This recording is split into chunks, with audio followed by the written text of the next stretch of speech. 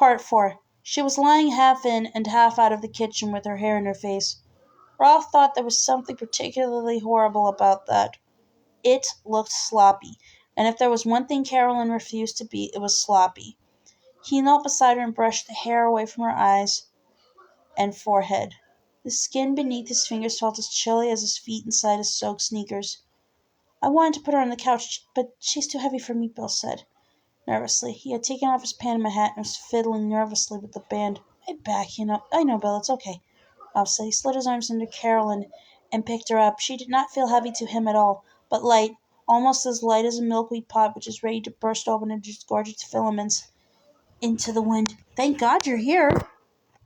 I almost wasn't, Bill replied, following Ralph into the living room, still fiddling with his hat. He made Ralph think of old Dorrance Marsteller with his book of poems. I wouldn't touch him any more if I were you, old Dorrance had said. I can't see your hands. I was on my way out when I heard a hell of a thud. It must have been her falling. Bill looked around the storm-darkened living room, his face somehow distraught and avid at the same time. His eyes seemed to search for something that wasn't there. Then they brightened. The door, he said. I'll bet it's still open. It'll be ready in. I'll be right back, Ralph. He hurried out. Ralph barely noticed. The day had taken on the surreal aspects of a nightmare. The ticking was the worst. He could hear it in the walls so loud now that even the thunder could not blot it out. He put Carolyn on the couch and knelt beside her. Her respiration was fast and shallow, and her breath was terrible. Ralph did not turn away from it, however. Hang in here, sweetheart, he said. He picked up one of her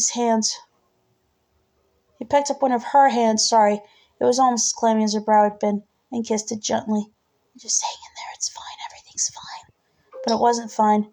The ticking sound meant nothing was fine. It wasn't in the walls either. It had never been in the walls, but only in his wife, in Carolyn.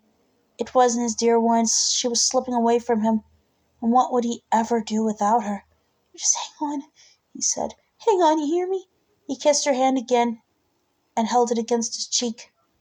And when he heard the warble of the approaching ambulance, he began to cry.